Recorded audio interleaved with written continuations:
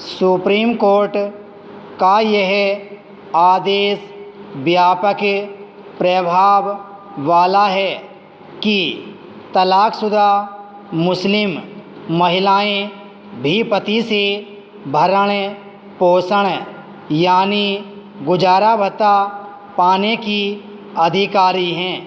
यह इसलिए एक बड़ा और बेहद महत्वपूर्ण निर्णय है क्योंकि इसके माध्यम से सुप्रीम कोर्ट ने राजीव गांधी सरकार की ओर से उठाए गए एक गलत कदम का प्रतिकार करने के साथ ही मुस्लिम महिलाओं को न्याय देने का काम किया है।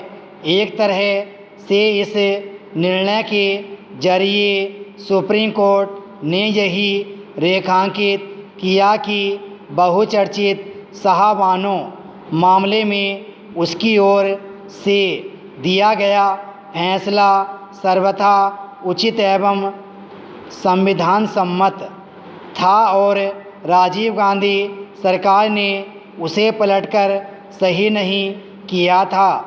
ज्ञात हो कि शाहबानो पर सुप्रीम कोर्ट का 1985 का फैसला भी गुजारा भत्ता से संबंधित था, लेकिन मुस्लिम तुष्टीकरण की राजनीति के चलते राजीव गांधी सरकार ने इस फैसले को पलट दिया था और 1986 में कट्टरपंथी मुस्लिम संगठनों के दबाव में आकर उनके मन मुताबिक और शरिया के अनुकूल मुस्लिम महिला अधिनियम बनाया था।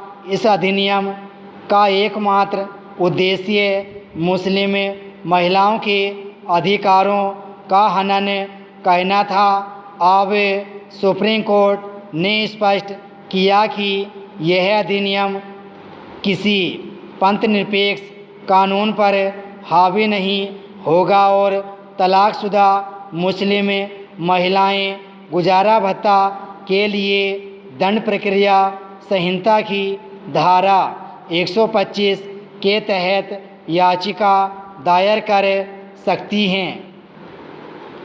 तलाकशुदा मुस्लिम महिलाओं के भरण पोषण पर सुप्रीम कोर्ट का फैसला केवल यही नहीं कह रहा कि अलग अलग समुदाय की महिलाओं को भिन्न भिन्न कानूनों से संचालित नहीं किया जा सकता, बल्कि समान नागरिक संहिता की आवश्यकता भी जता रहा है।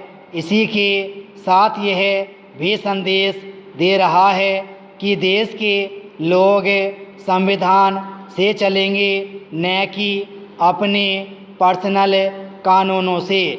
वे चाहे जिस पंथ मजहब के हों, यह अपेक्षा अनुचित नहीं कि विपक्षी दलों के वे नेता सुप्रीम कोर्ट के इस फैसले की प्रशंसा करने के लिए आगे आए, जो पिछले कुछ समय से संसद के भीतर बाहर संविधान की प्रतियां लहराकर यह दावा करने में लगे हुए हैं कि उन्होंने उसकी रक्षा की है और वे उसे बचाने के लिए प्रतिबद्ध हैं। यदि संविधान के प्रति उनकी प्रतिबद्धता सच्ची है तो उन्हें इस फैसले का स्वागत करना ही चाहिए। इसकी भरी पूरी आशंका है कि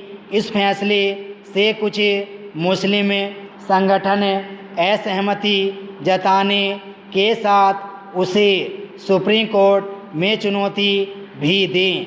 पता नहीं वे क्या करेंगे, लेकिन राहत की बात यह है कि इस समय केंद्र में मोदी सरकार है, न कि तथाकथित सेकुलरिज्म की दुहाई देने वाली कोई सरकार। यह सही समय है कि मोदी सरकार समान नागरिक संहिता लागू करने के अपने वादे को पूरा करने की दिशा में आगे बढ़े।